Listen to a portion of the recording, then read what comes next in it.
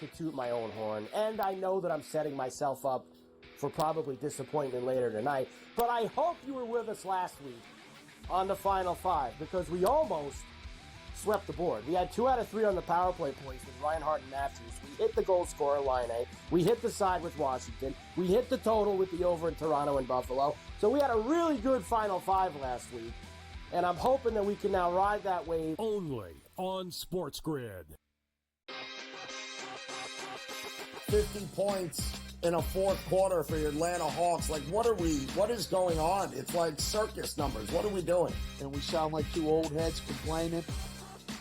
It's a tough watch. It's a tough watch sometimes. I don't mind the shooting.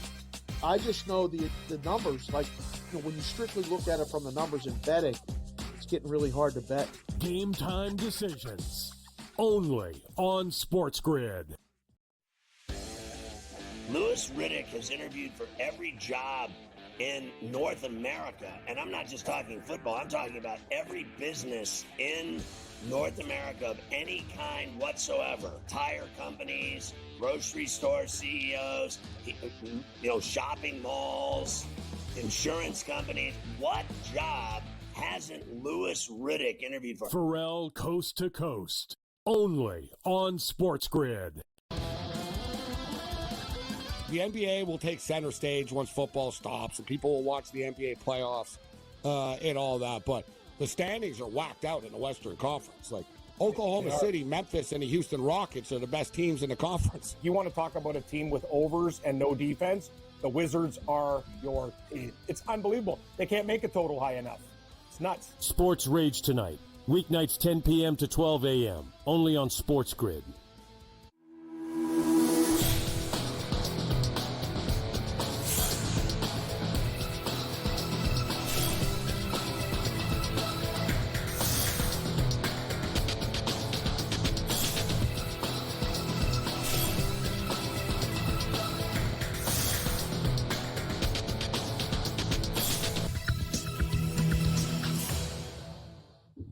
Good morning. Welcome to NewsWire here on SportsGrid. I'm Craig Mish. Monday Night Football in the books, the final Monday Night Football game of the season in pro. Of course, college football's national championship is coming up on Monday night, so we will get one more football game on a Monday night. But needless to say, we know the final field in the National Football League as the Los Angeles Rams beat the Vikings. We'll get to that in just a few minutes.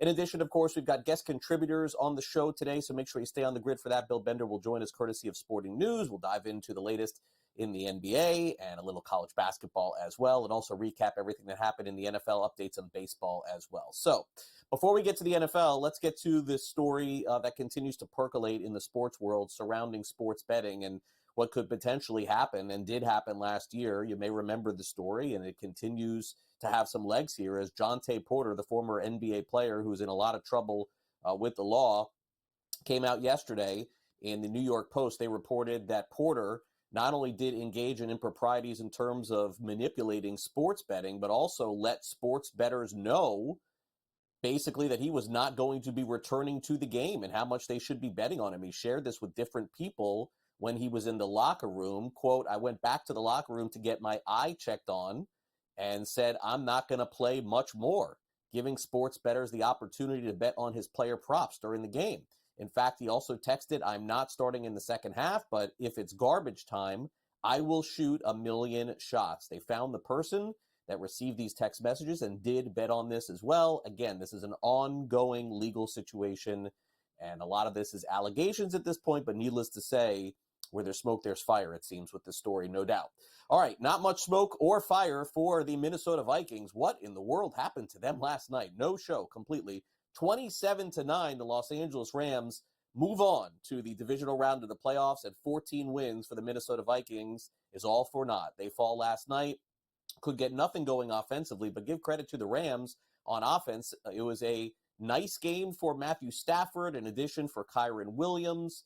And also Tyler Higbee came up big for the Rams as well. It seems like Stafford really had it going for the most part, but there was no challenge whatsoever in the face of the Minnesota Vikings. The Rams basically saying that they played for the people in Los Angeles who are going through this very tough time due to all the fires going on out there. They played this game in Glendale, Arizona, looked like it was over before it started. I think that's fair to say. At halftime, we all kind of felt which way this is going to go. Sean McVay, as you saw right there, said he's playing for the fans in Los Angeles.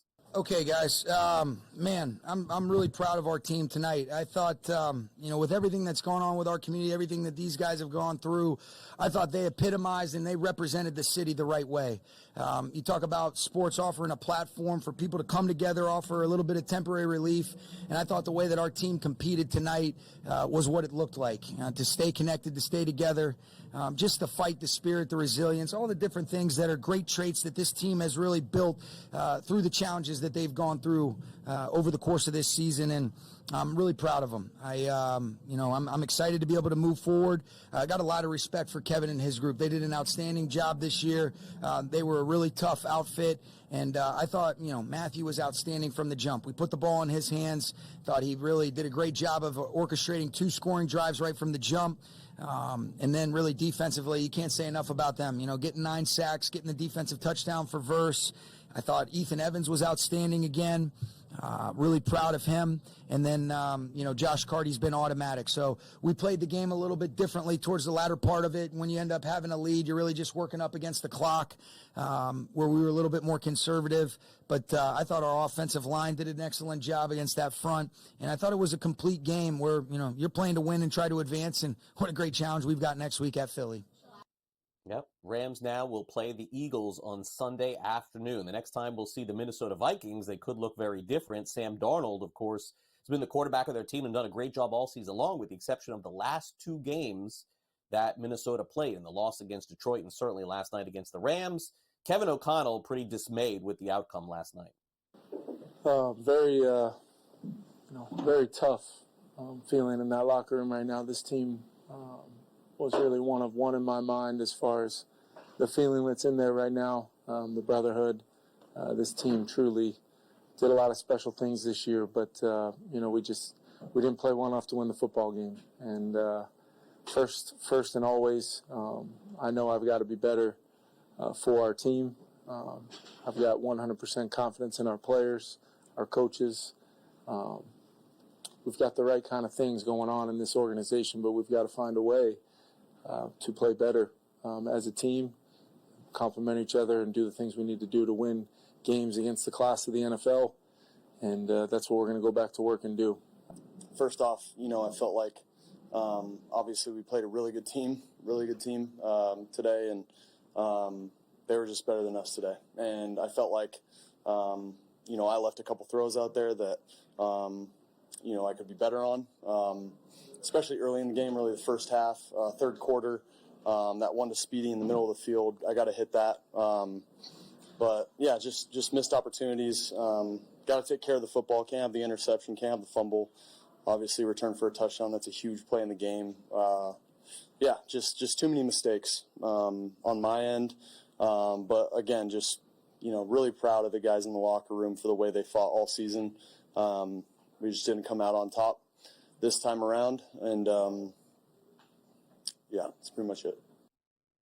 We'll see what the Vikings end up doing next season. No question that will be the big story. Meanwhile, other stories going on in the National Football League. How about this? Right after we went off the air yesterday, it was announced that the Dallas Cowboys and Mike McCarthy could not come to a new contractual agreement, so they're letting him go. McCarthy could be a coach in the NFL as soon as this season, interviewing with the Chicago Bears and maybe even Seattle Seahawks as a coordinator. But Mike McCarthy, for the most part, had his hands full in Dallas. We'll see what he decides to end up doing in the future. Meanwhile, the Dallas Cowboys have pivoted, and it looks like one of their choices could be Coach Prime. Jerry Jones, the owner, has spoken with Deion Sanders, according to Jordan Schultz. He was the first to report this. Could Deion leave Colorado and go back home to Dallas? Remains to be seen. Meanwhile, Bo Nix had a great season, admitted to the media yesterday that he had back fractures for the majority of the season, and Nix did a pretty good job, I would say, all things considered there. Russell Wilson, at 36 years old, says he still wants to play football next season, and the divisional round, as we know, is now set. Updated point spreads over on FanDuel. Chiefs -7.5 against the Texans. Lions -8.5 against Washington. Eagles 5.5 over the Rams, and the Ravens have now flipped to 1.5-point favorites in Buffalo. How about that?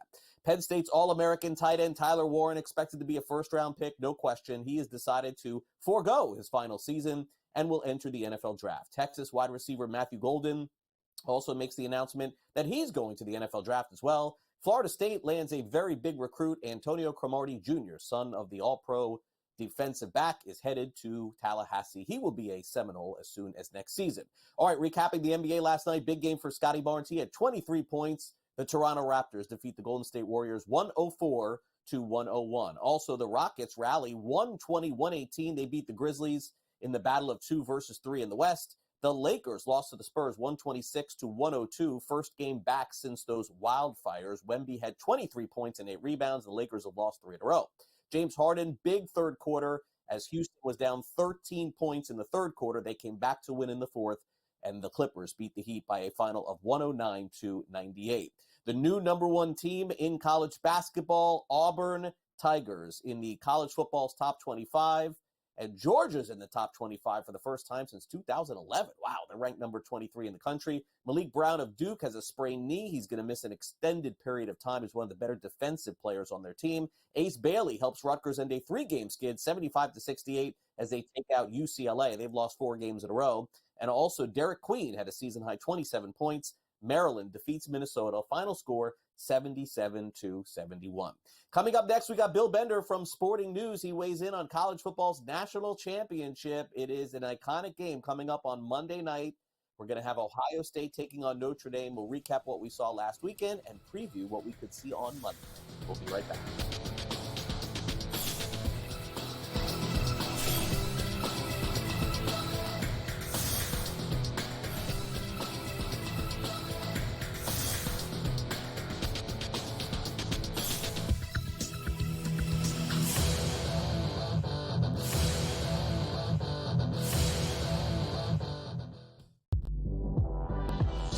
Jimmy Butler wants to leave because Jimmy Butler knows that Riles isn't going to pay him, and he wants to get paid. Simply put, if they would have given Jimmy Butler this contract extension in the summer when he asked, this wouldn't be happening. But Riles did it, and Riles wanted him to play. So now he's disgruntled because he wants out. Betting above the rim, only on SportsGrid. Anyone that's been to a sporting event, the atmosphere before a game, I think Game Time Decisions has that same exact atmosphere. This is our arena. This is what we do. There is going to be an energy to Game Time Decisions that you will feel night in and night out. The excitement you get when you lock your bets in, when you're figuring out what you want to do, we can zone in on the biggest games each night. I want this to be the place that people come to before the games start so they feel as ready as possible to lock in their cards. We are going to hit every single one of those markets that you need to know about. We're going to go through every single thing, and I've got a great team behind me that's going to help me get the job done. There is not going to be a better place, I promise you, than Game Time Decisions to get that new information, react to it, and be able to then bet accordingly. We will have everything at our disposal, and we will use that to our advantage. I'm Kevin Walsh. Tune into Game Time Decisions from 6 to 8 p.m. Eastern on SportsGrid. Talk about it failing and always putting the square peg into the round hole. We're going to run it. We're going to try and play these lower scoring games. They didn't score over 17 points in the 5 straight losses. There's a chance for the Ravens to exercise every single demon on their way to a Super Bowl. But it also means the path is very difficult and things are only getting started. Pro Football Today, only on SportsGrid.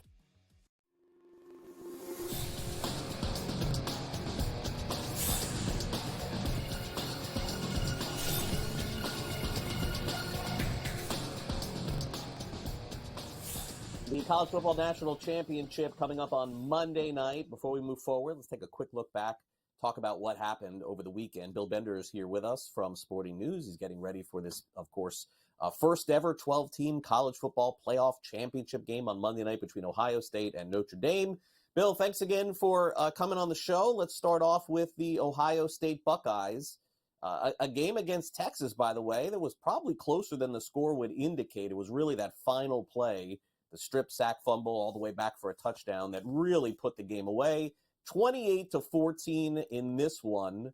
What did you make of Ohio State's performance? And I guess the follow-up to that, do you think they had a more impressive performance against Texas than Penn State, that Notre Dame did against Penn State? It feels that way to me, but I still think that this could end up being a close game on Monday.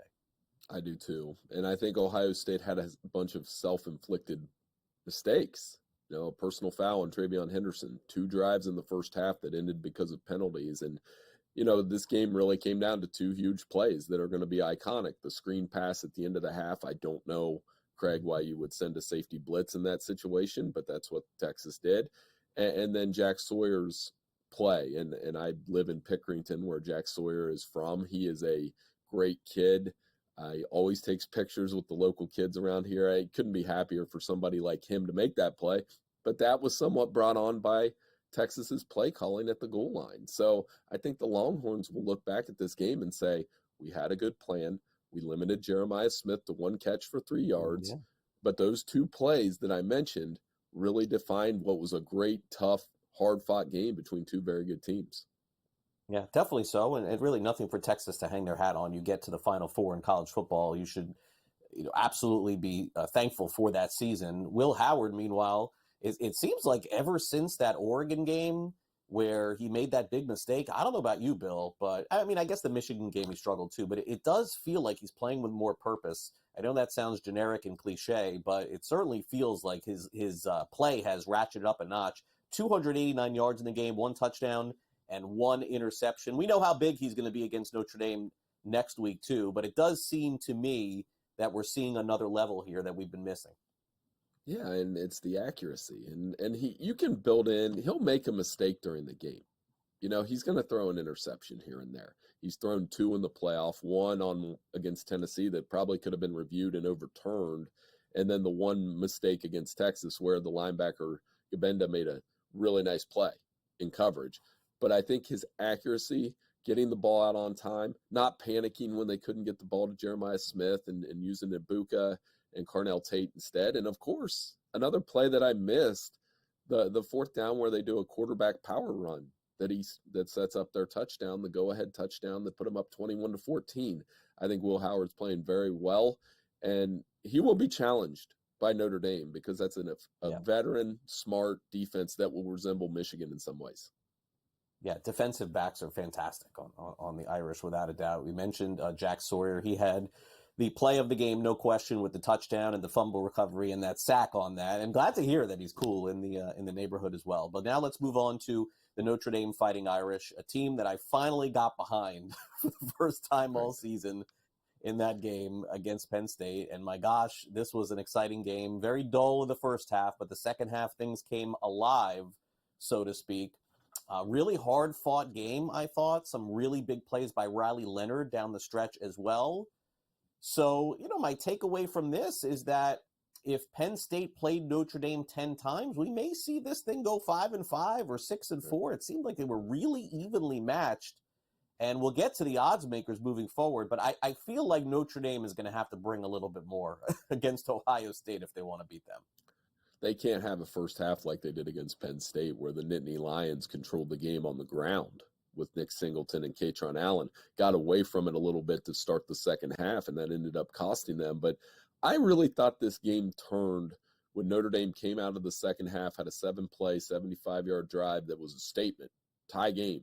And I wasn't even sure if Riley Leonard was going to come out of the tunnel after the hit he took. Steve Angeli had a big possession for them. They've got that charmed feel to them where their defense, special teams have showed up for every game, and the offense is just grinding out the victories. They did throw the ball down the field better than I thought they would against Penn State, even with Abdul Carter doing what he did. So I think the Irish are going to compete in this game against Ohio State. They've seen it the last 2 years. They're not going to be overwhelmed by the talent. I don't think they can win, but I do think they're going to show up and compete. I mean, it was a 17-14 game last year.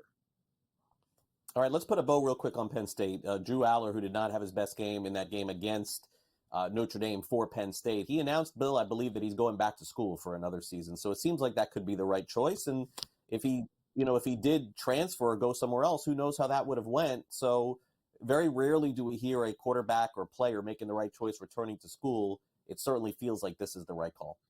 Yeah, whether you're Drew Aller or Carson Beck or Quinn, I don't know Quinn Ewers yet. There's some mystery there as to what he's going to do. But for Drew Aller, the best decision is to come back to school.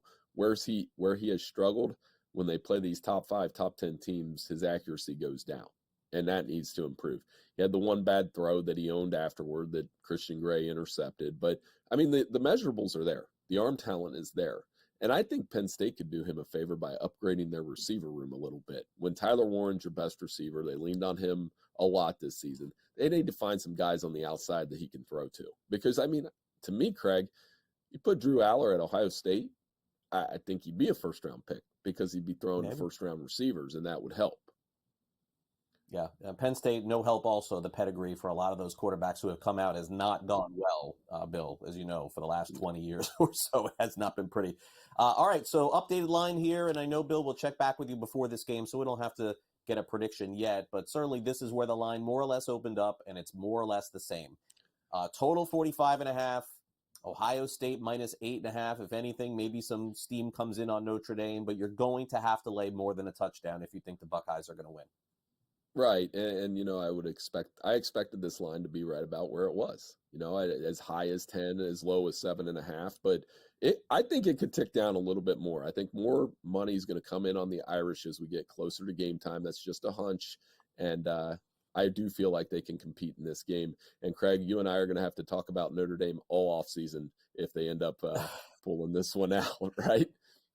Yeah, and by the way, Marcus Freeman ends up leaving to go to coach the NFL. I didn't see that rumor coming. Bill, have a great day. We'll talk soon. Thank you.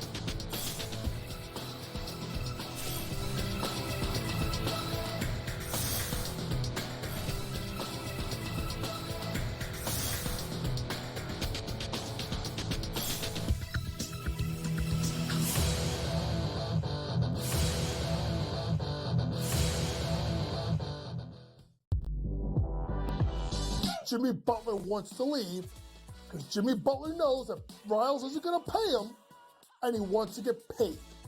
Simply put, if they would have given Jimmy Butler this contract extension in the summer when he asked, this wouldn't be happening. But Riles did it, and Riles wanted him to play. So now he's disgruntled because he wants out. Betting above the rim, only on SportsGrid. Anyone that's been to a sporting event, the atmosphere before a game, I think Game Time Decisions has that same exact atmosphere. This is our arena.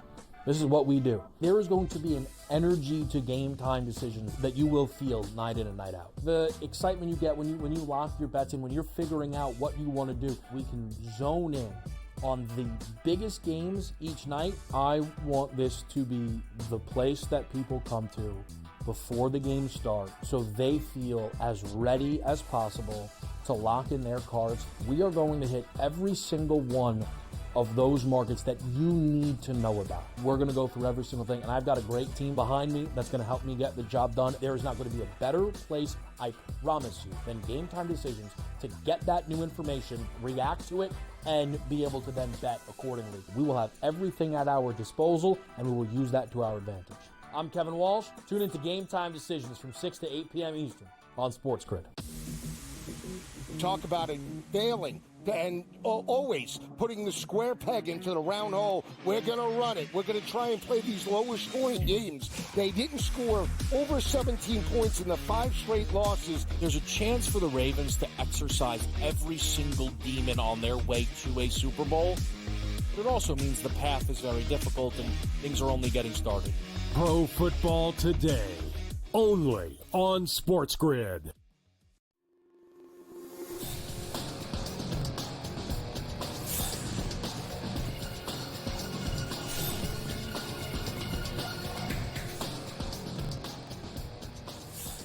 New college basketball team ranked number 1 in the country. It is in the SEC, but they're going to get a challenge tonight. We'll have a preview of that matchup. We'll also hear from the head coach of the Auburn Tigers, and also there's a new head coach in New England who everyone is familiar with, including the fans of the Patriots. It's time now for the SportsGrid Sound Off.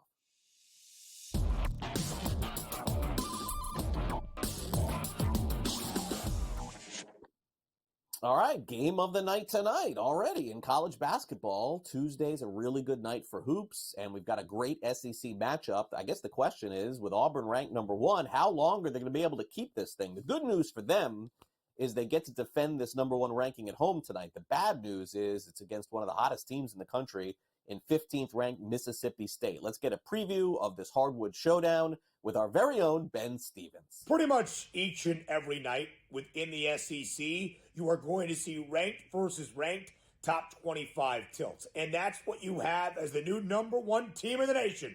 The Auburn Tigers take on Mississippi State in a crucial SEC clash. Auburn, now the number 1 team in the country, undefeated so far, a perfect 3-0 in SEC play, but keep an eye on the potential absence of the guy that's probably going to win National Player of the Year, the Tigers' Janai Broome. Sprained his ankle over the weekend, his status uncertain. Mississippi State also lost its first SEC game over the weekend against Kentucky at home. How might the Bulldogs bounce back? But another critical game within the SEC, the best basketball conference in the country.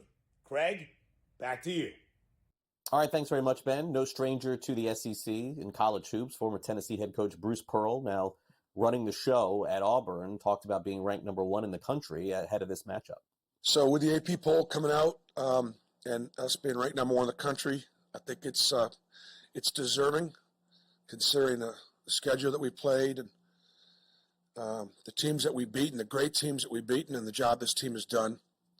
I don't know that we're the best team in the country right now. We're probably not right now because obviously we're not at full strength. Janai won't play tomorrow against Mississippi State, and but we're still a really good team, and so we'll prepare without him. It matters to me because making history at Auburn is matters, and representing the SEC. To have another SEC team to be number 1 in the country, and obviously all the teams that are ranked in the top 10, and right now 12 teams projected to be in the NCAA tournament from our league is unprecedented and historical. So proud of our league and proud of our accomplishment. When we were 1 back in 2022, we spent several weeks there, and I did feel like we were the best team in the country then. I did. And I just don't feel that way right now. However, maybe more deserving of the ranking now than ever before because of what these guys have done. I think he'll feel that way if they win tonight. All right, winning hopefully is on deck for the New England Patriots. Tough couple of seasons, and they're getting ready to redo it all with former Tennessee Titans head coach Mike Vrabel, who at his press conference yesterday talked about being back where his playing career began. Excited to get to work, excited to meet the people in this building that have made this place special, find out what they need, find out how I can help them do their job better, how we can enhance the stuff that we do well, and then find out what the areas of focus are and get to work. I want to galvanize our football team. I want to galvanize this building. I want to galvanize our fans. And the most important thing are the players. There's some of them right here. I want to provide a program that provides their ownership, but also their accountability of each other, and one that they'll be proud to be a part of and that they're going to fight for. You guys are going to ask me questions about culture, which I'll be happy to talk about and discuss. One thing I've realized about culture is that you can find out what your culture looks like when your family, your business, or your team is at its low point. It's not when you're winning Super Bowls, or it's not when you're 7-1 or 10-1, because then everybody's waving towels and everybody's happy and they're excited to come to work. But when you get hit in the mouth or you're down or the chips are against you, then you can take a snapshot of what your company or your team looks like, and then you'll find out what kind of culture you have. And Vrabel has been hired. Now we're waiting on the Jets, the Saints, the Bears, the Jaguars, the Raiders, and the Cowboys to hire coaches. Who may they hire? We'll find out next. Jacob Camenker from USA Today is on deck. Don't go away.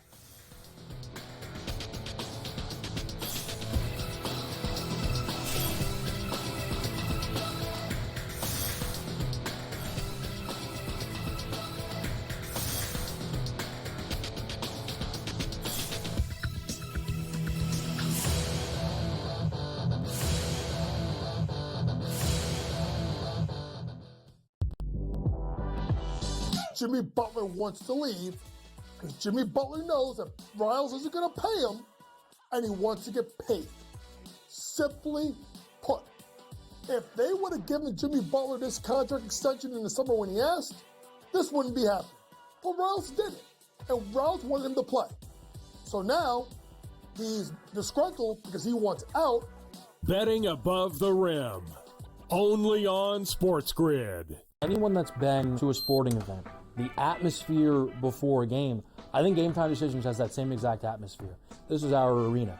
This is what we do. There is going to be an energy to Game Time Decisions that you will feel night in and night out. The excitement you get when you lock your bets in, when you're figuring out what you want to do, we can zone in on the biggest games each night. I want this to be the place that people come to before the games start so they feel as ready as possible to lock in their cards. We are going to hit every single one of those markets that you need to know about. We're going to go through every single thing, and I've got a great team behind me that's going to help me get the job done. There is not going to be a better place, I promise you, than Game Time Decisions to get that new information, react to it, and be able to then bet accordingly. We will have everything at our disposal, and we will use that to our advantage.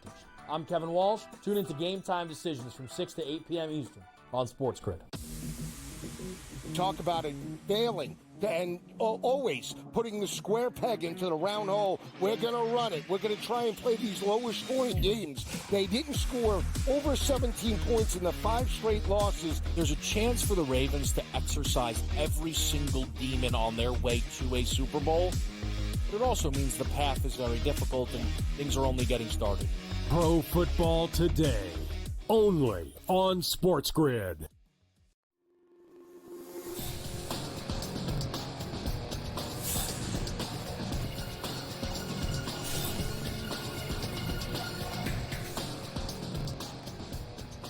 Welcome back to NewsWire. Jacob Camenker is with us from USA Today. We'll dive into some of this coaching carousel news and also talk some NFL games as well. Jacob, great to have you back here on NewsWire. We got off the air yesterday, and as soon as we were done, we heard that Mike McCarthy was not going to be the head coach of the Dallas Cowboys any longer, and he spent 5 years as the Cowboys head coach, really good in the regular season, not so good in the playoffs. And, you know, Jacob, I guess I wonder, with a team like the Cowboys and an owner like Jerry Jones, if you always wonder if the grass is greener on the other side with a guy like McCarthy, who it feels like does a capable job of coaching NFL teams, but the end doesn't really add up to the means of the regular season. And I think that in the end, maybe that's what Jerry was weighing here. Right. I think Jerry's looking at it from a standpoint of, is Mike McCarthy going to get me a Super Bowl? He knows he's probably going to get good enough performance out of McCarthy. I know this last year was a little bit of a disappointment, but let's be honest, the Cowboys' expectations were a little bit too high with some of the talent they lost on the offensive line and going through a mini transitional period on defense with Dan Quinn leaving. So I think from that standpoint, you look at it and you say, well, McCarthy did a decent job, all things considered. But I could also understand Jerry Jones saying, hey, it's time to think about raising the ceiling. I mean, Jerry Jones is 82 years old, and he wants to win that Super Bowl one more time. If he doesn't think he can do it with McCarthy, now is the logical time to move on. But I will say this, waiting the extra week and just missing out on the opportunity to interview some of those Lions coordinators during that 1 week window they had to do virtual interviews, that was a strange decision. And denying McCarthy permission to go talk to the Bears, that was even weirder. So I don't even know that Jerry Jones knew exactly what he wanted until maybe yesterday.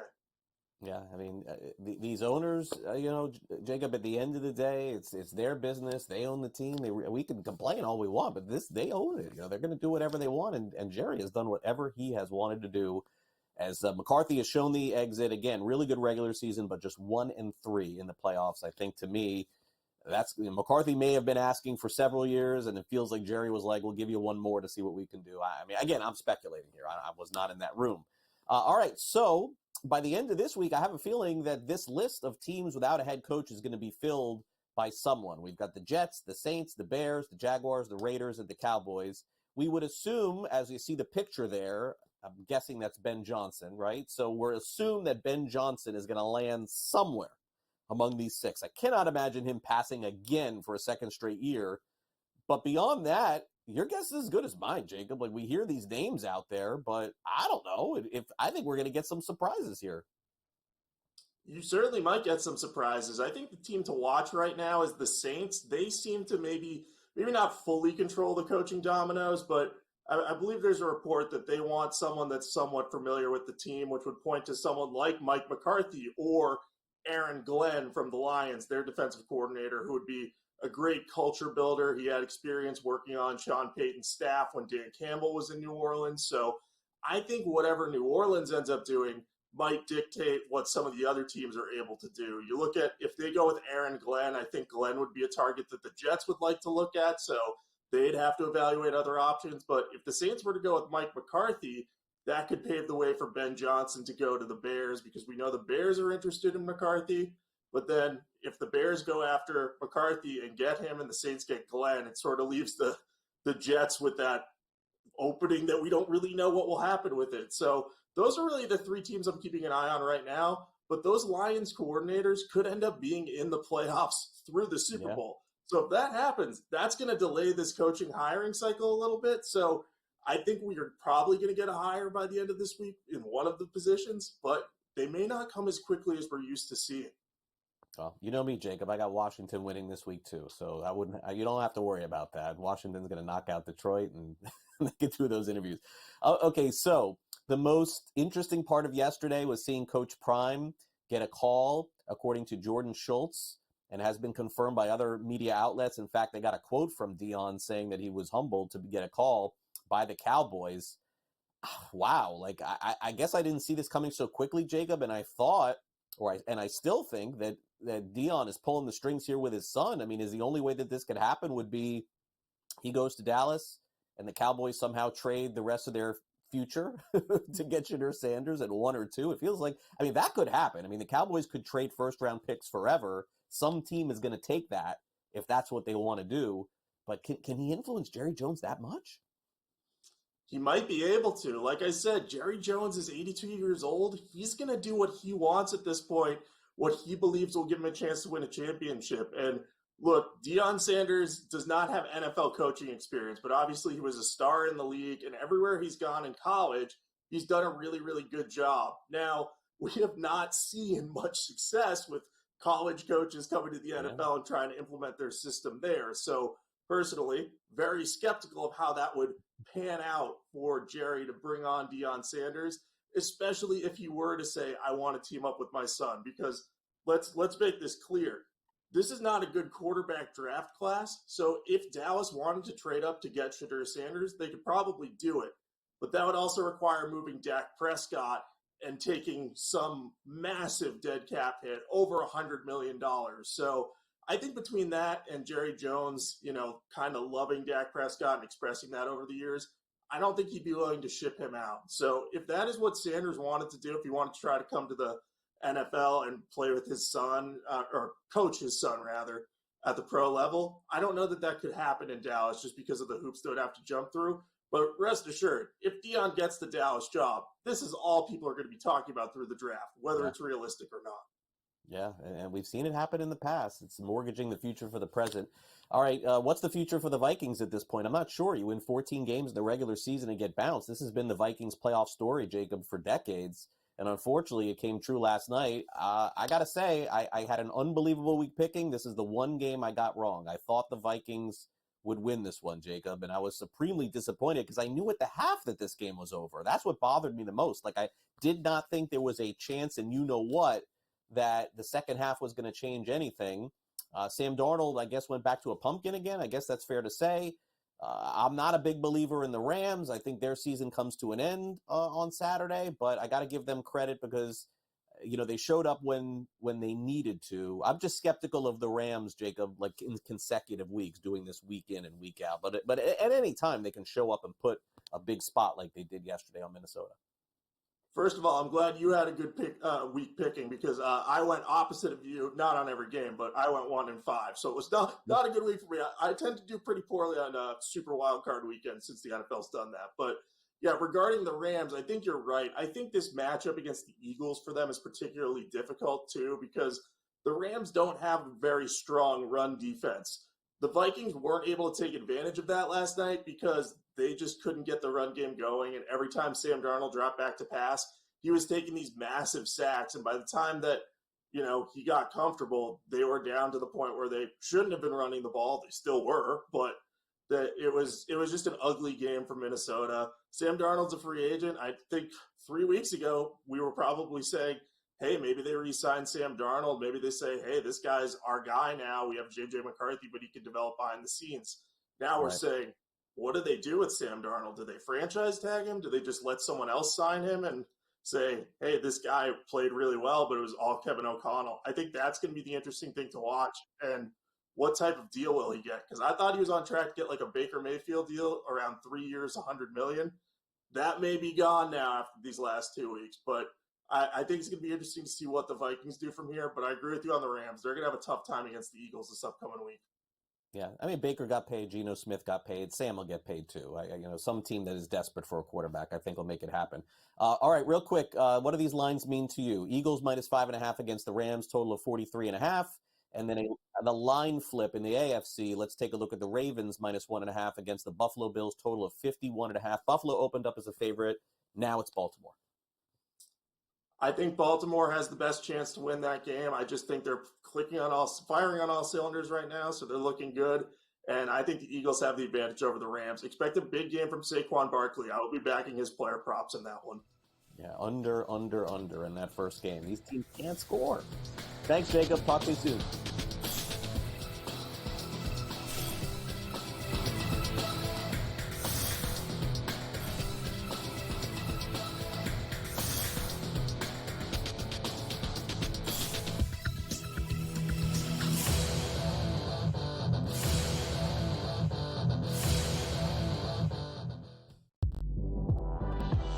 Jimmy Butler wants to leave because Jimmy Butler knows that Riles isn't going to pay him, and he wants to get paid.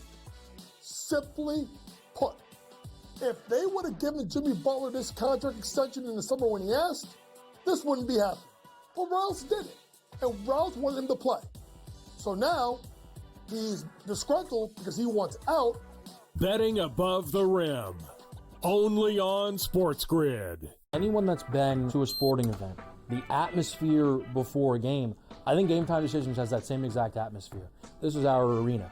This is what we do. There is going to be an energy to Game Time Decisions that you will feel night in and night out. The excitement you get when you lock your bets in, when you're figuring out what you want to do, we can zone in on the biggest games each night. I want this to be the place that people come to before the game starts so they feel as ready as possible to lock in their cards. We are going to hit every single one of those markets that you need to know about. We're going to go through every single thing, and I've got a great team behind me that's going to help me get the job done. There is not going to be a better place, I promise you, than Game Time Decisions to get that new information, react to it, and be able to then bet accordingly. We will have everything at our disposal, and we will use that to our advantage. I'm Kevin Walsh. Tune into Game Time Decisions from 6 to 8 p.m. Eastern on SportsGrid. Talk about it failing and always putting the square peg into the round hole. We're going to run it. We're going to try and play these lower scoring games. They didn't score over 17 points in the 5 straight losses. There's a chance for the Ravens to exercise every single demon on their way to a Super Bowl. But it also means the path is very difficult and things are only getting started. Pro Football Today, only on SportsGrid.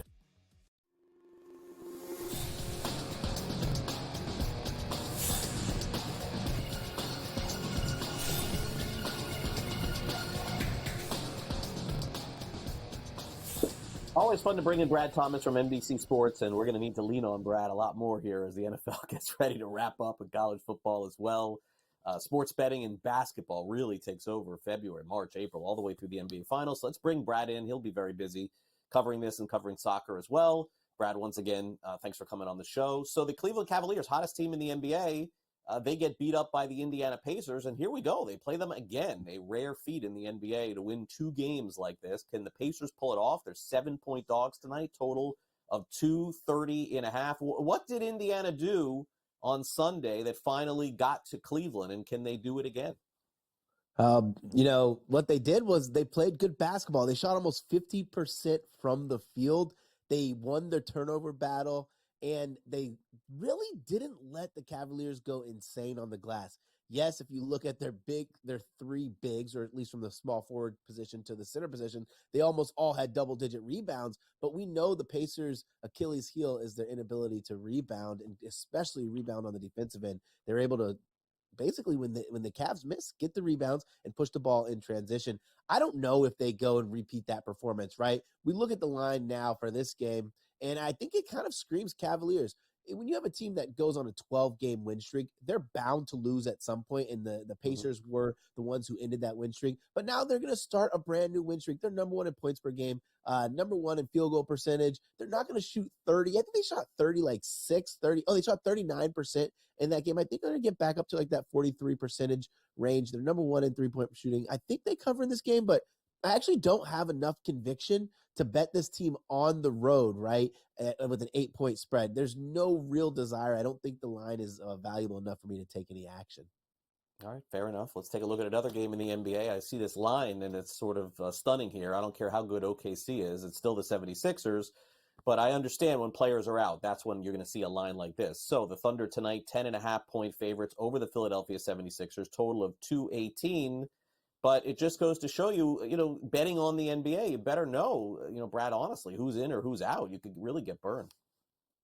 Yeah, it's all about availability, right? And it's going to be funny because these next few weeks, I could say even like the next month, we're going to see a lot of teams have these injury tags on players. We're at this point in the season now where they're starting to get tired legs. It's before the All-Star break. They're going to just carry a questionable designation. You're going to kind of want to wait till lineup locks to see who's going to be in and who's going to be out. And you have to also think there's going to be some of those the most random guys who catch illnesses or they catch cramps and shoot-arounds or something's just not right. This line kind of screams it has blowout potential. I mean, a double-digit favorite, one of the best teams in the NBA on the road, and they're already going to get 11.5 points.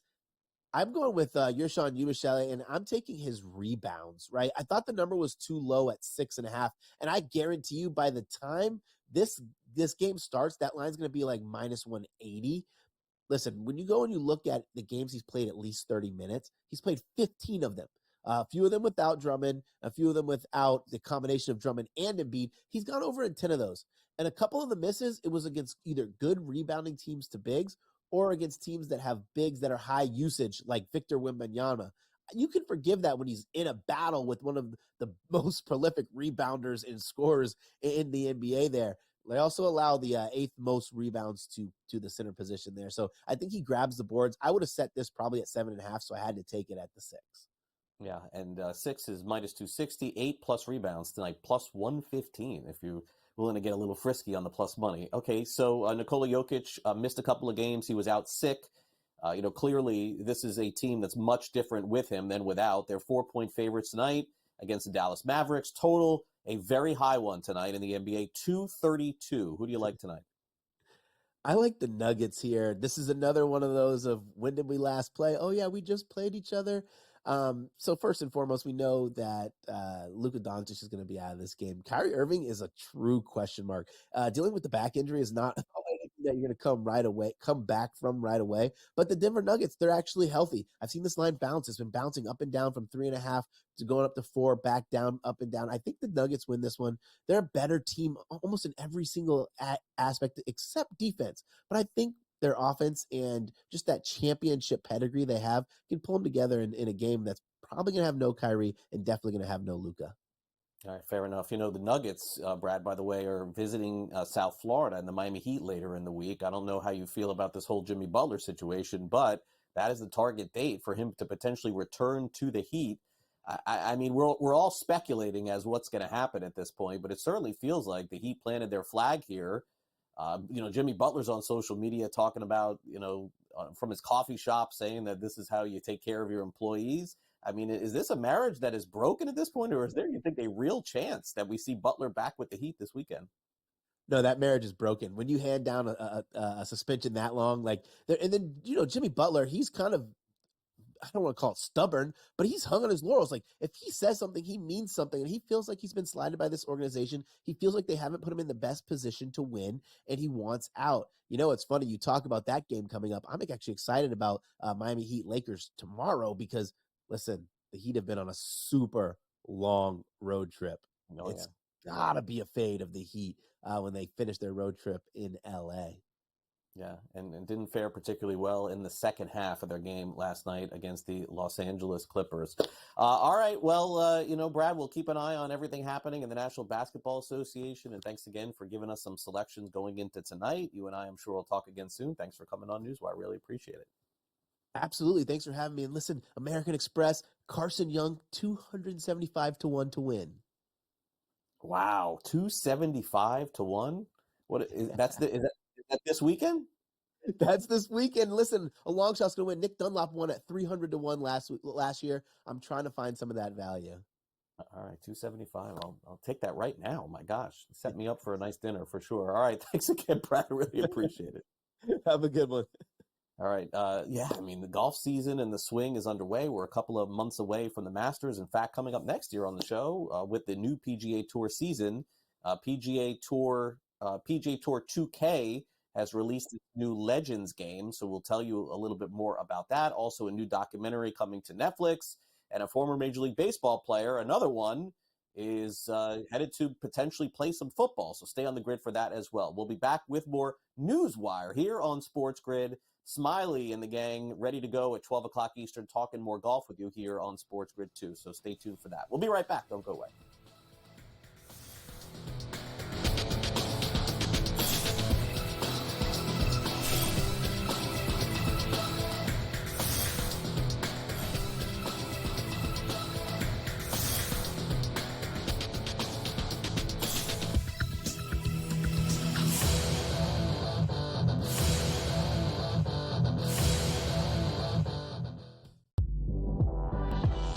Jimmy Butler wants to leave because Jimmy Butler knows that Riles isn't going to pay him, and he wants to get paid. Simply put, if they would have given Jimmy Butler this contract extension in the summer when he asked, this wouldn't be happening. But Riles did it, and Riles wanted him to play. So now he's disgruntled because he wants out.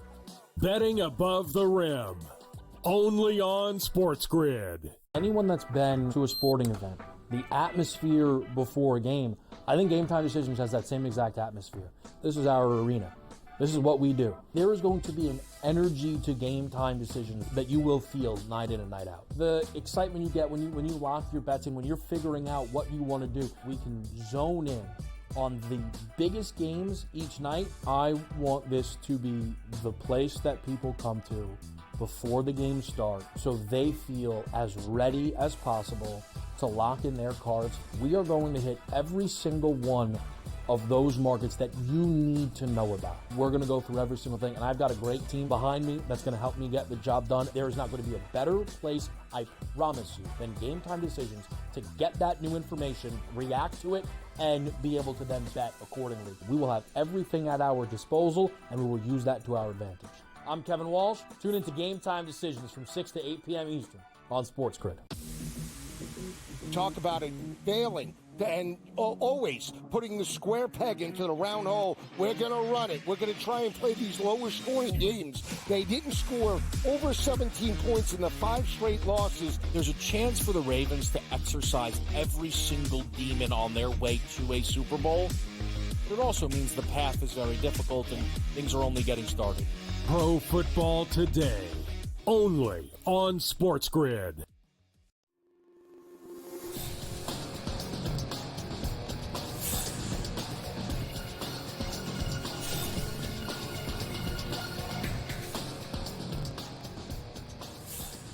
Welcome back to NewsWire here on Sports Grid. Texas wide receiver Isaiah Bond is declaring for the NFL draft. You may remember watching him throughout the season in the college football playoffs. He's expected to be either a first or second round pick in the upcoming NFL draft, which is in Green Bay, Wisconsin, by the way, later this year in April. All right, that and a whole lot more. Let's get into the latest in golf and video games. A player going from baseball to football again. We're seeing this. And also a new documentary that's coming to Netflix that features a Major League Baseball team. It's time now for some last licks.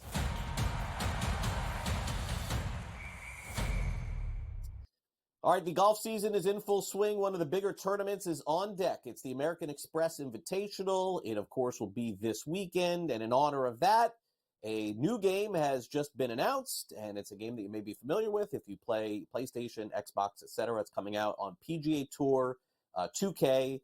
It is the Legend Edition, and guess who has made the cover? Yes, they could put this guy on the cover every single year if they wanted to, and people would buy it, although he doesn't play much golf anymore, much competitive golf.